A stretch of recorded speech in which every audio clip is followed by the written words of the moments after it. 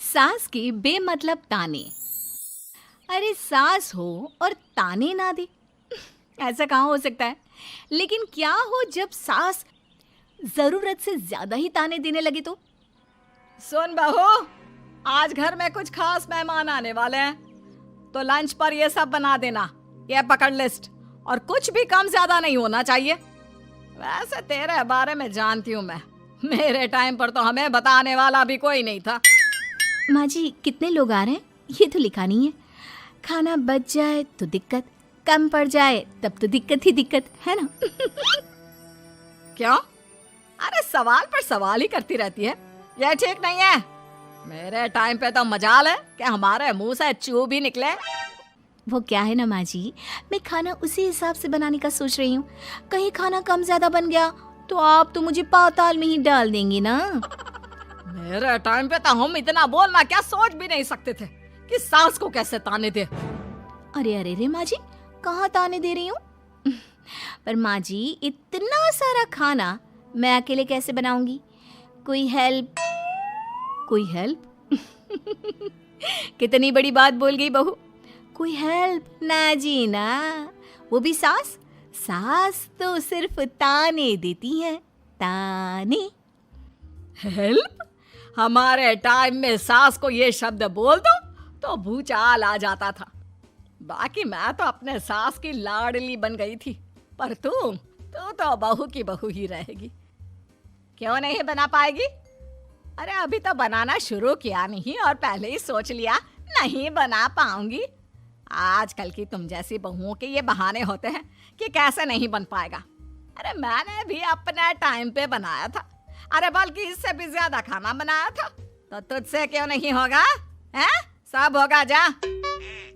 माँ जी मैं बना तो लूंगी, मैं बस इतना बोल रही हूँ कि अगर आप थोड़ी मेरी मदद कर देती तो। अरे अरे अरे, शर्म नहीं आती तुम्हें अपनी सास से मदद मांगते हुए?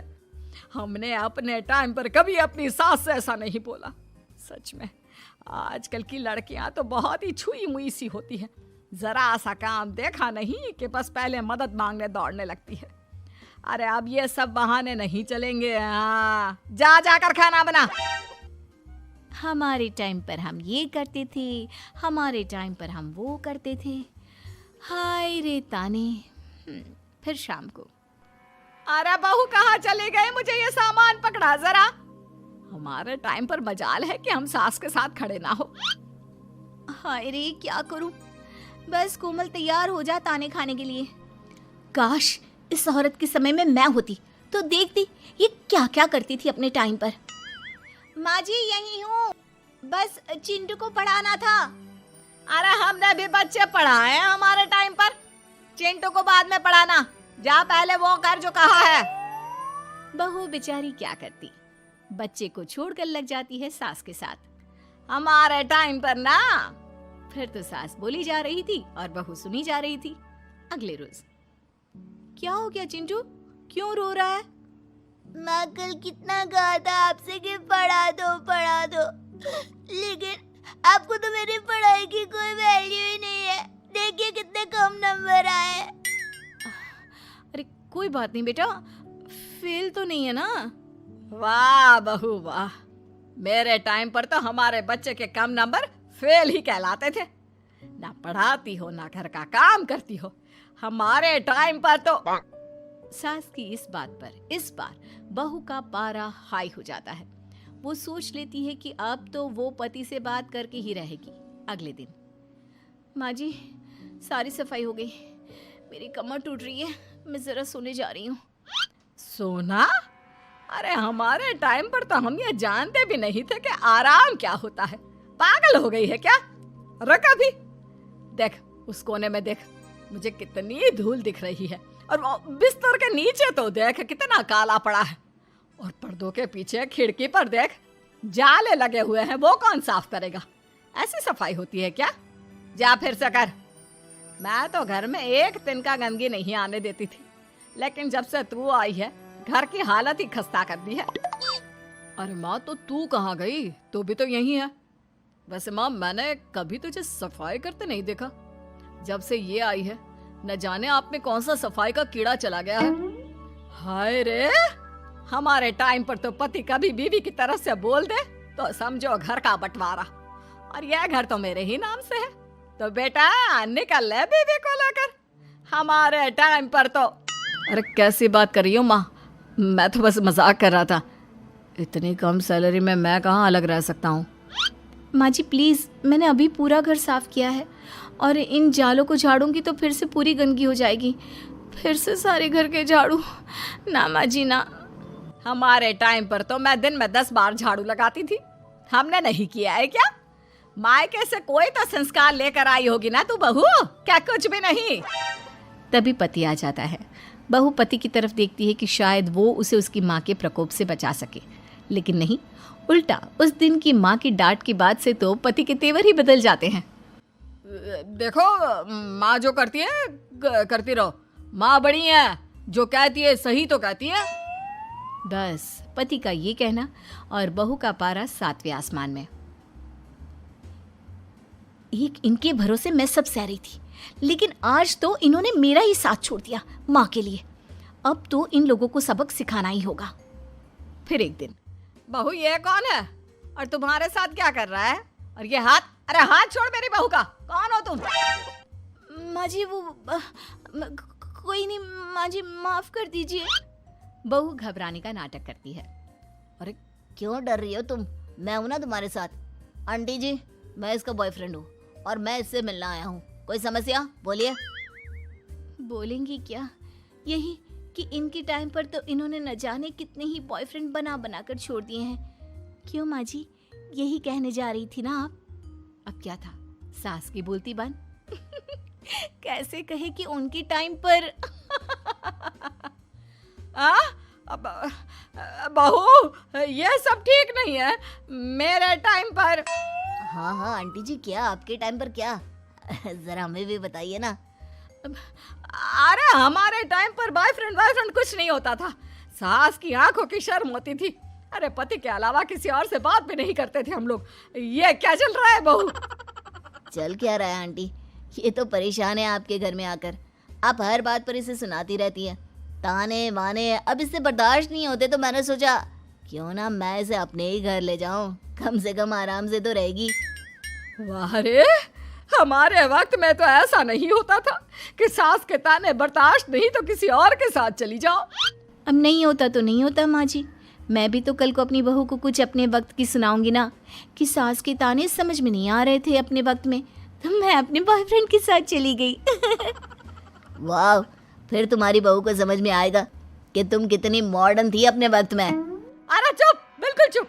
क्या बकवास कर रहे हो तुम दोनों? तो क्या करे, पति को तो अपने घर की लालच दे रखी है, वो तो मेरे लिए बोलते नहीं, तो किसी के पास तो मैं रहूं ना शांति से। तभी पति आ जाता है। नहीं, दूसरा घर तो मैं ले सकता हूँ, लेकिन दूसरी बीवी नहीं। माँ वो कितने ताने सहेगी?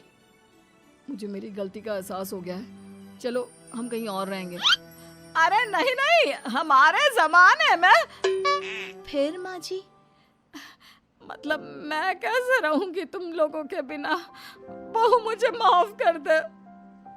ओके, कर दिया माफ। अच्छा ये तो बताओ कि ये लड़का कौन है? मैं इसकी मौसी का बेटा हूँ, मिलने आया था। अच्छा दीदी, बाय। समधी की शादी। इस कहानी की हीरोइन गंगा है, जो अपनी समधन की मौत के बाद अपने समधी के अकेलेपन को समझते हुए समधी की दूसरी शादी करवाती है। लेकिन उसकी बहू इस बात से बिल्कुल खुश नहीं होती। मुझे लगता है आपको शादी कर ही लेनी चाहिए। आपकी इस उम्र में ख्याल रखने वाला भी तो कोई होना चाहिए ना। वैसे भी आपकी इकलौती बेटी थी, वो भी हम ले गए। अरे इस उम्र में शादी, लोग क्या सोचेंगे और कैसे कैसे बातें बनाएंगे कि जिस उम्र में इसे अपने पोते पोते को गोद में खिलाना चाहिए, उस उम्र में ये शादी कर रहा है।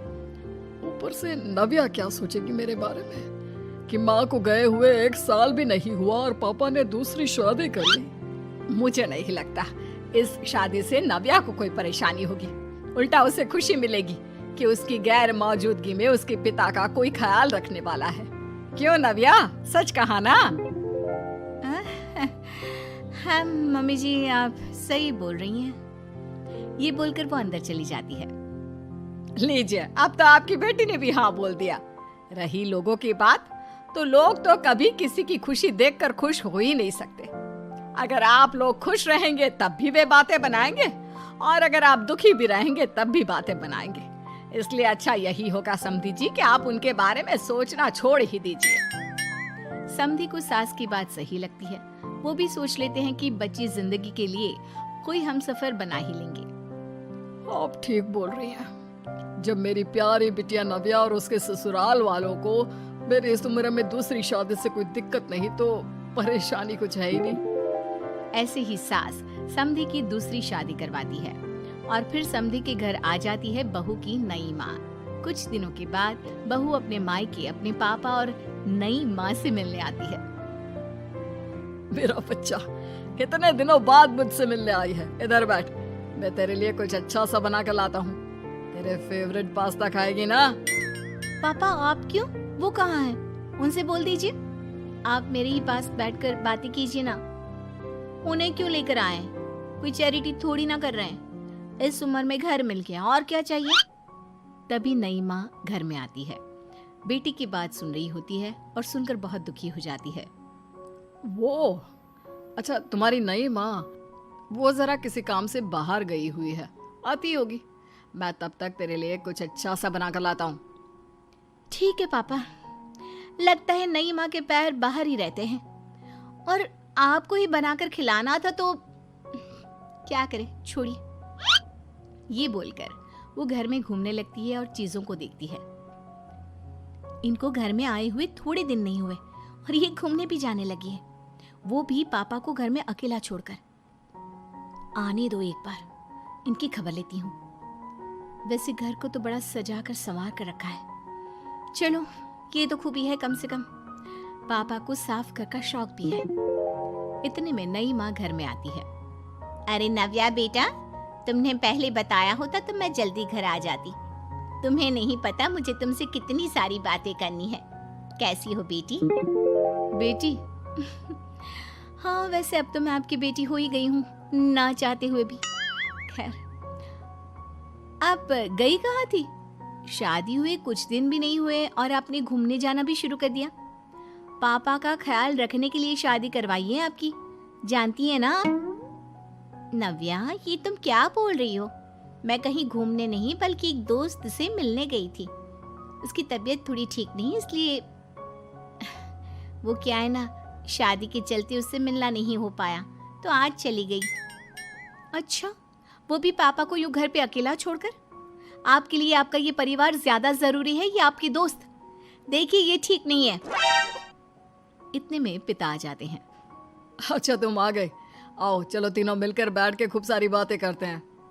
माँ कुछ नहीं कहती, चुपचाप अंदर चली जाती है। ऐसे ही बहू जब भी अपने मायके आती, अपनी नई माँ से ऐसे ही बात करती।